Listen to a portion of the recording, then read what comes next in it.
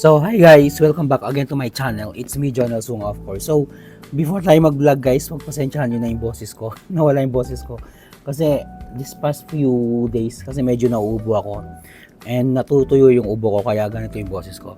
Well, anyway guys, so ang i-vlog ko today is yung para sa mga GSIS member dyan, no? Kagaya ko. Ang i-share ko sa inyo is yung tinatawag nilang yung Balik Ginhawa Loan Moratorium True Refund. Ano nga ba to? Diba, nagkaroon tayo ng mga crisis ngayon, tumaas yung mga bilihin, mga gas. So, ang naisip ng GSIS na, kumbaga, kahit pa paano yung makatulong sila para sa ating mga Pinoy, para sa ating mga members ng GSIS, magkaroon ng subsidy yung kanilang mga members through this moratorium. Kung nakapag-loan na kayo guys sa GSIS like yung mga emergency loan, yung mga MPL, kahit anong loan guys yung na-avail nyo sa GSIS, ang gagawin ng GSIS is i-refund or ibabalik nila yung binayad mong 3 months lahat ng loan na kinakaltas sa'yo ng GSIS. Ako kasi meron akong emergency loan. So, ang kinakaltas sa akin is 1,200 ata o 1,300 per month. Ang gagawin ng GSIS nitong moratorium refund is from December 2025, January 2026 at February 2026, lahat ng contribution mo ng 3 months, yung kabuuang contribution or kabuuang bayad mo sa loan is i-refund sa'yo, ibabalik sa'yo. Pwede mong kunin lahat. Since kukunin mo yung 3 months na loan mo or 3 months na bayad mo, ang mangyayari is madadagdag ulit sa next payment mo, pinakahuling payment mo. Halimbawa, last payment mo is February 2028. Mag-a-add ka ng additional 3 months dahil nga dun sa moratorium na kinuha mong madadagdag ng 3 months yung bayad mo. Kumbaga mag-a-adjust lang siya. Pwede mong i-refund yung 3 months pero i-adjust yung payment sa pinakahuling month ng inyong payment. So, yun yung pinaka-process ng tinatawag nating Balik Ginhawa Loan Moratorium True Refund ng GSIS. So, start na tayo guys. Buksan nyo guys yung inyong GSIS Touch App.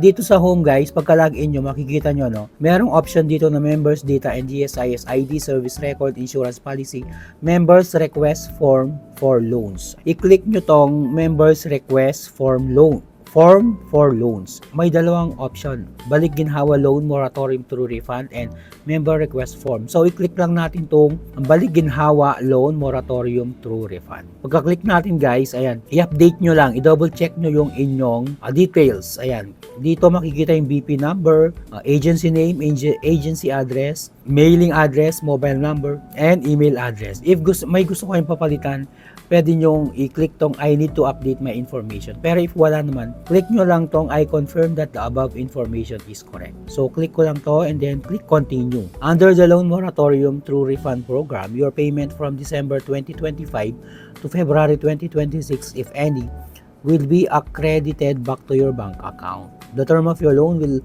be extended by the equivalent number of months refunded but without additional interest and penalty. So, wala daw siyang interest and penalty. So, tax-free siya.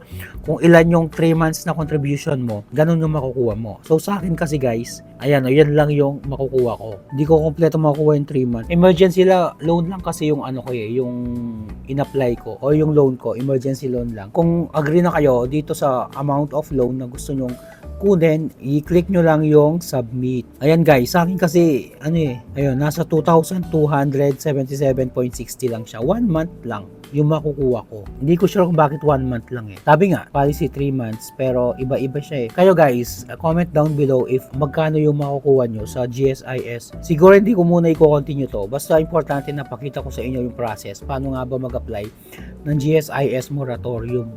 Malaking tulong na rin to sa ating mga, especially sa ating mga government workers, kasi since wala naman tayong natatanggap na ayuda from the government, ito na yun yung natin, subsidy, ito na yung pinaka-ayuda natin kahit pa paano, makakatulong dito sa mga kagaya natin na at least naapektuhan din ng crisis na nangyayari dito sa ating bansa. So, hopefully guys, nakatulong tong vlog ko, and if nagustuhan nyo, don't forget to LSS, like, share, and subscribe.